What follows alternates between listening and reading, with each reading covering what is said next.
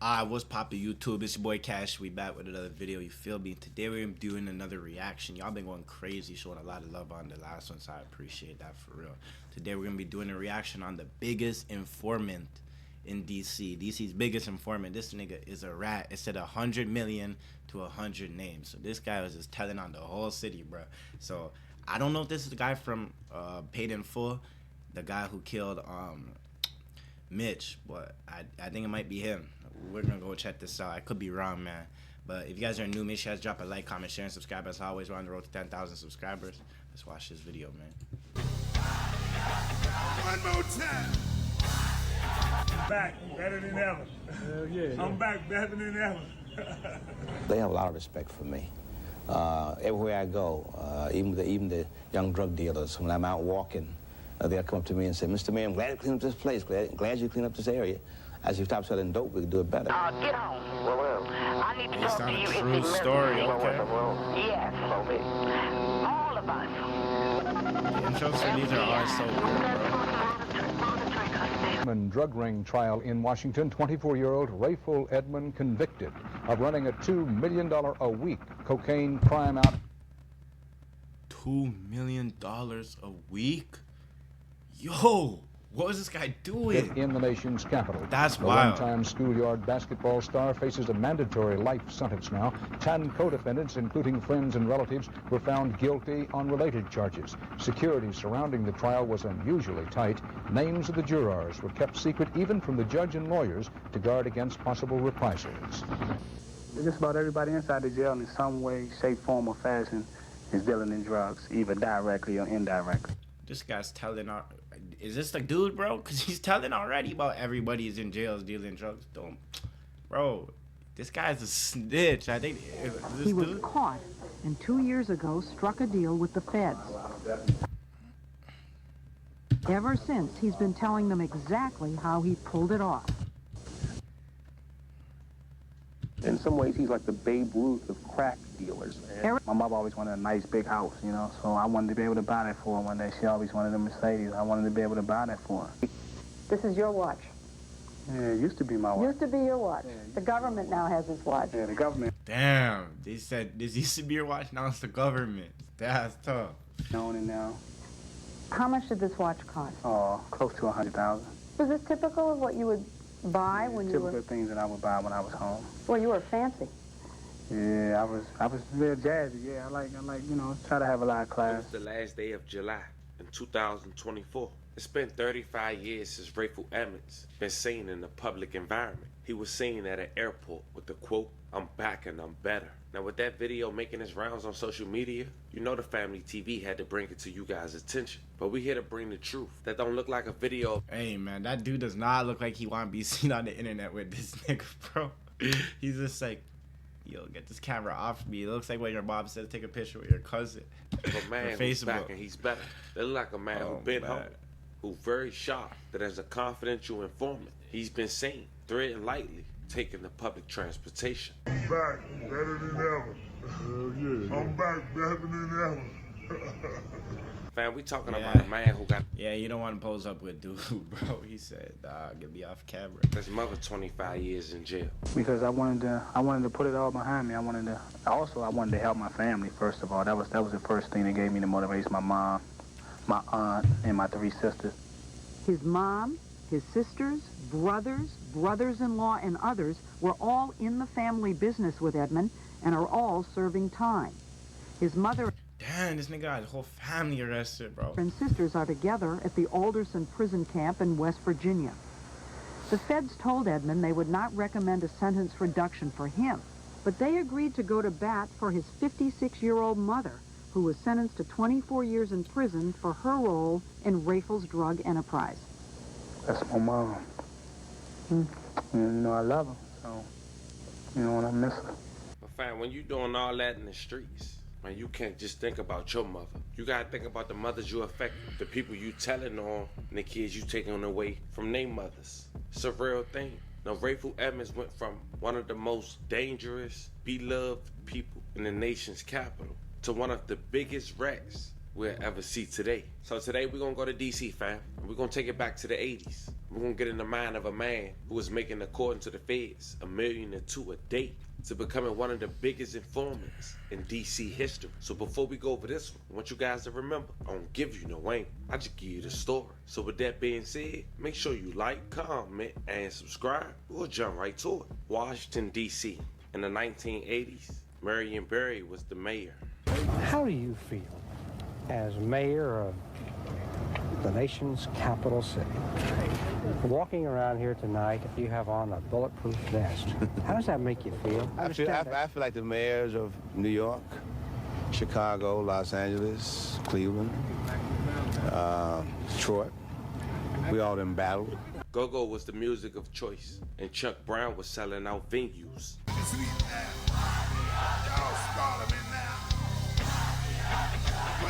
Georgetown was the place to shop, and some would say it still is to this day. Georgetown University, their head coach was John Thompson, and in 1984, he was the first black head coach to win a national championship.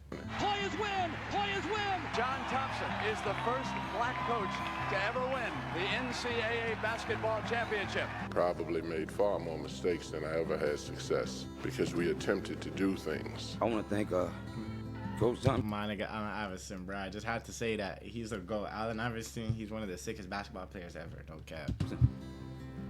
Was saving my life.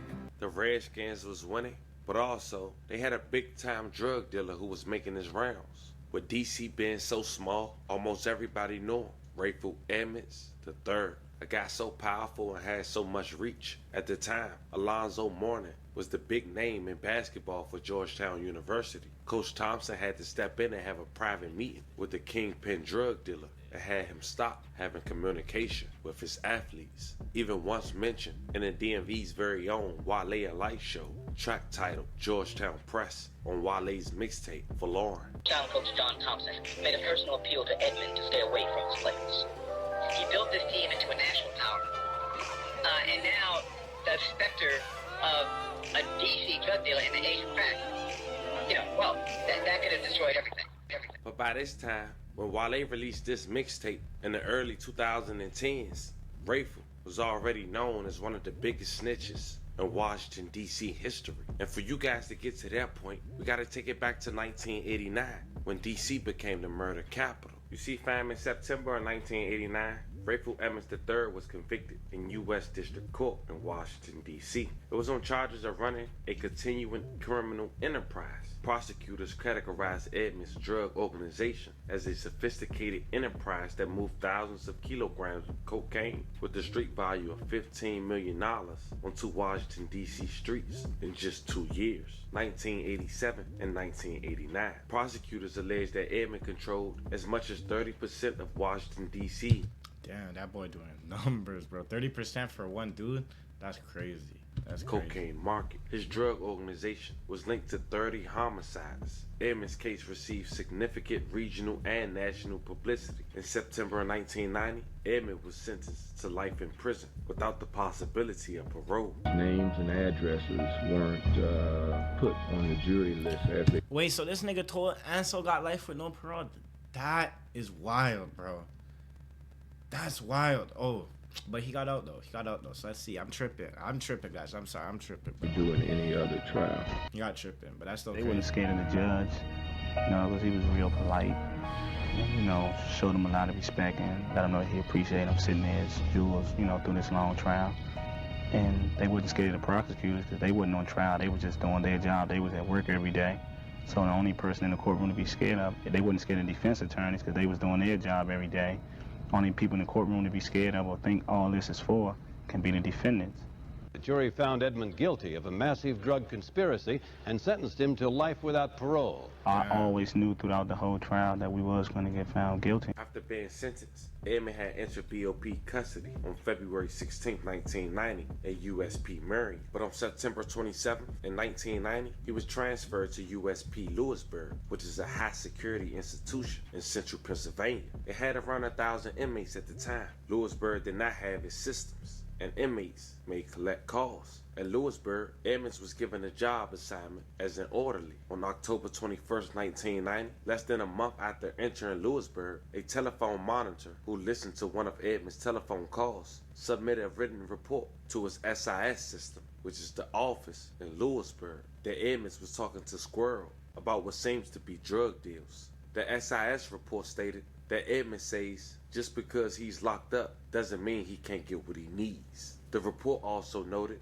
that Edmond was on a hot list at the time, a list of inmates that deserve special attention from the SIS. Now, after receiving that report from an officer, the SIS lieutenant in Lewisburg had made a note on the file on November 1st, 1990, indicating that he needed to speak to the FBI regarding what appeared to be continuing drug activity by Edmond. Now here's where things start to crumble. In August of 1991, a former FBI informant incarcerated in Lewisburg contacted the FBI in Washington, D.C. to report that Edmond was dealing cocaine from prison. Based on that information, Roger and other FBI agents obtained copies of Edmond's previous recorded phone calls from Lewisburg. And in April of 1992, the FBI and the Washington, D.C. Metropolitan Police Department began 6 months of court-authorized interceptions of the telephones in Edmond's cell block. During this time, the FBI learned that Edmond was arranging drug deals from prisons through Columbia suppliers that he had met in Lewisburg. One of these former inmates was Esvalado Blanco, who upon his release from Lewisburg had Edmond's main drug supplier.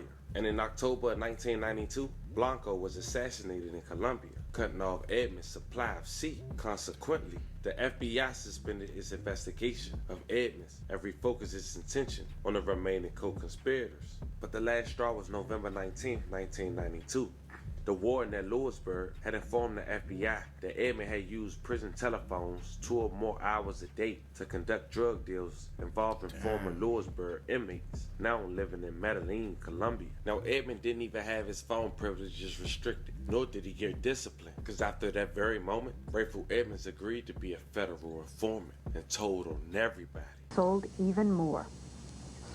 Right here behind the concrete walls, steel bars, and locked doors of this maximum security federal penitentiary in Lewisburg, Pennsylvania. Following his conviction as a drug kingpin, Edmond was sentenced to 2 life terms without the possibility of parole. But within just days of his arrival, he was back in business. He was dealing drugs right from his prison cell. Just about everybody inside the jail in some way, shape, form, or fashion is dealing in drugs, either directly or indirectly. He was caught and 2 years ago struck a deal with the feds. Ever since, he's been telling them exactly how he pulled it off. Tell me what drugs you dealt with in prison. Cocaine? Cocaine. Crack? Crack. Heroin? Heroin. What else? Marijuana. Those were the basic 4, cocaine, crack, and heroin. And marijuana. There's nothing left. You did the gamut. Yeah, I did it all. He did it all and then some.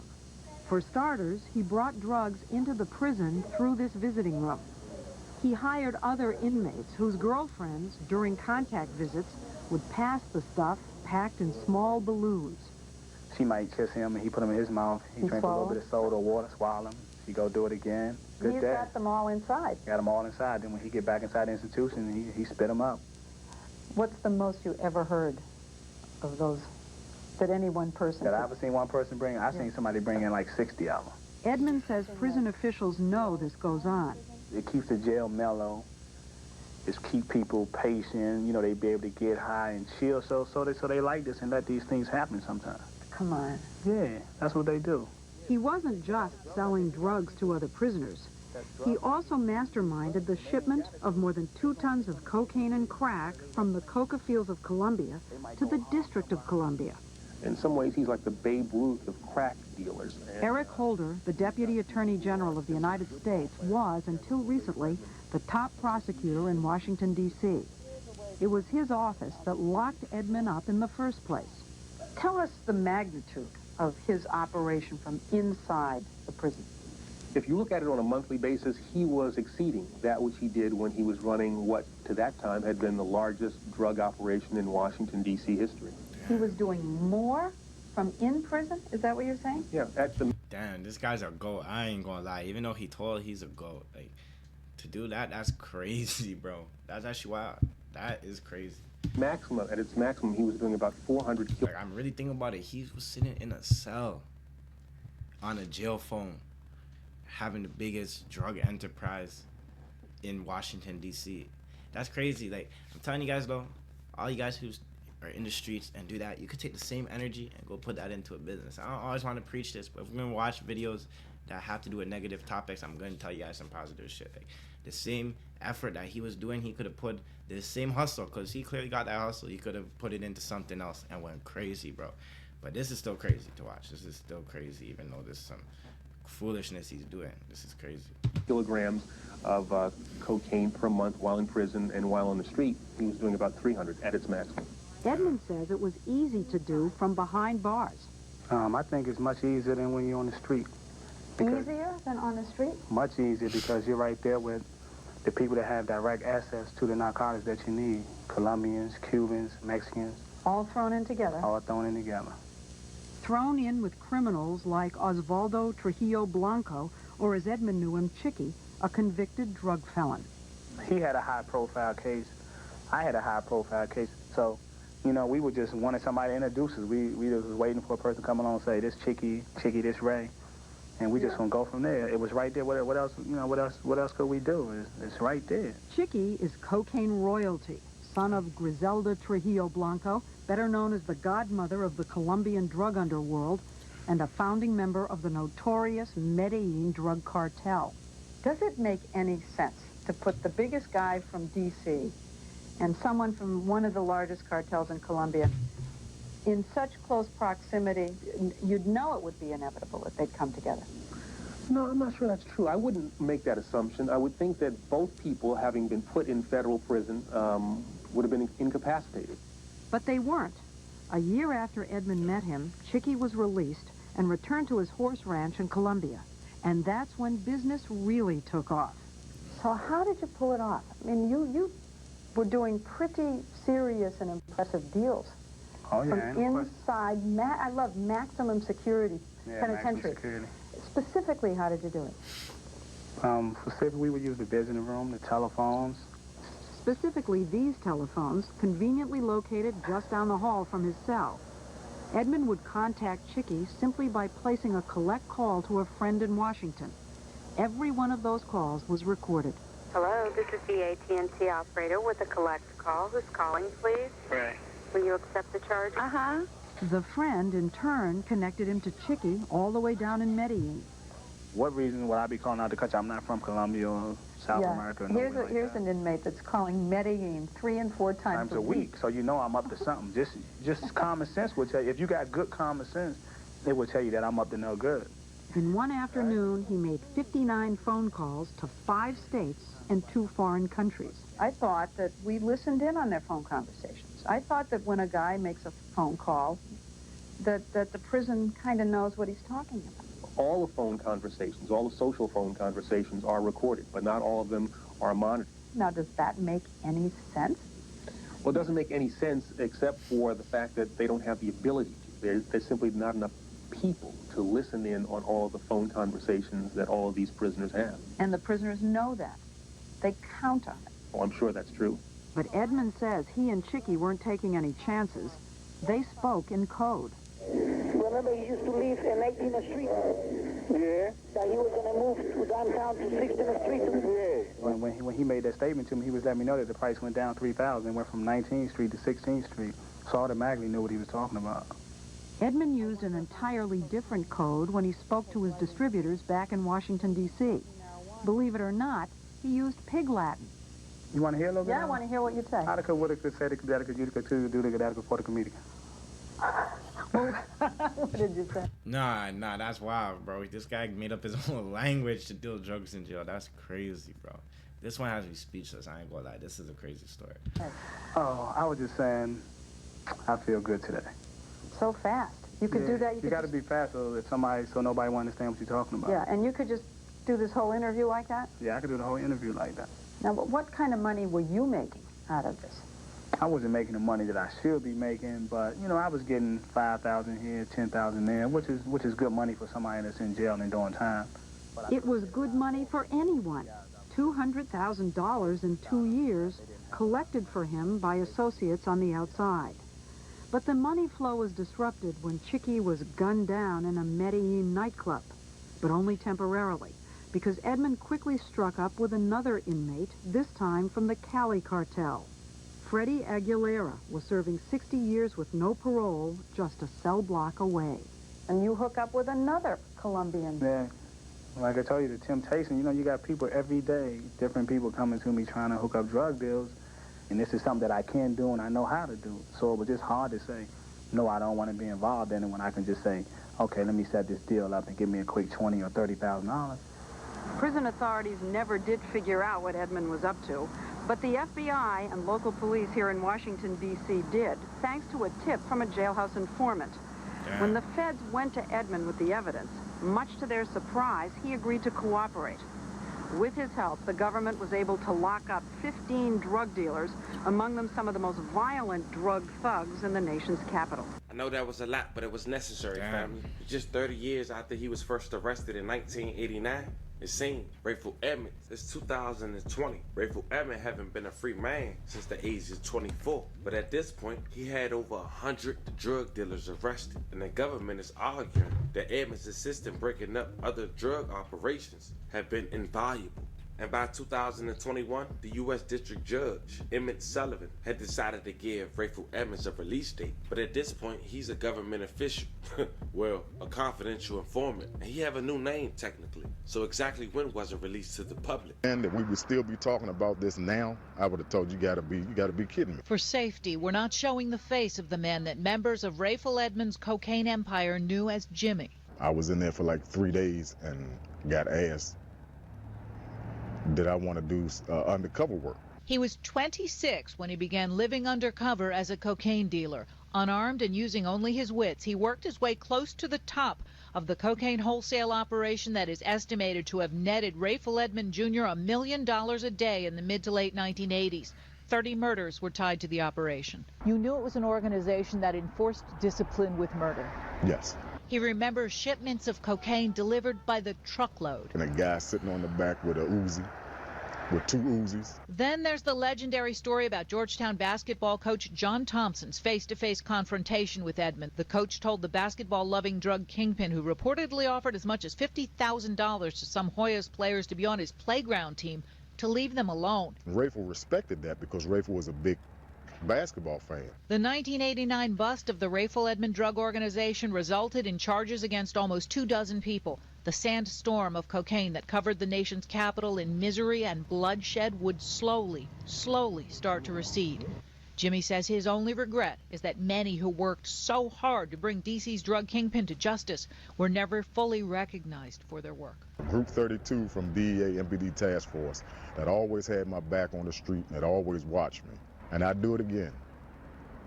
As long as you can live in a city like this now. Fast forward 4 years later since the judge made that ruling, and 35 years since he first been seen in the public setting, Rayful Edmonds will make his first appearance, all at the airport. And of course you heard what he had to say. Back better than ever. Yeah. I'm back better than ever.